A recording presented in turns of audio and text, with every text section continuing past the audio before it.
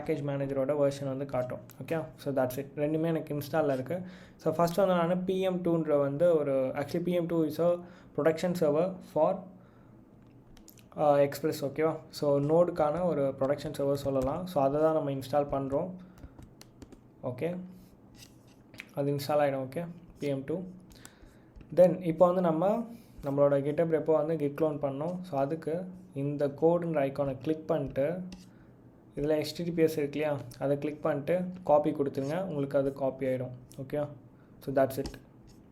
இப்போது CD tools என்னோடது எப்போவுமே வந்து நான் டூல்ஸில் வைப்பேன். ஸோ நான் டூல்ஸ் போகிறேன்.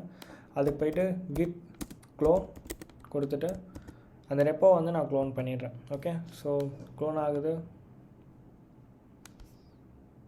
ஓகே, ஸோ git clone ஆனோடனே நம்ம பண்ண வேண்டியது 2 ஸ்டெப். ஃபஸ்ட்டு வந்து சர்வர் கொடுத்துட்டு நமக்கு அப் அண்ட் ரன்னிங் ஆகுதா, லைக் எல்லாமே ப்ராப்பராக ஒர்க் ஆகுதான்னு சொல்லி செக் பண்ணோம். இது வந்து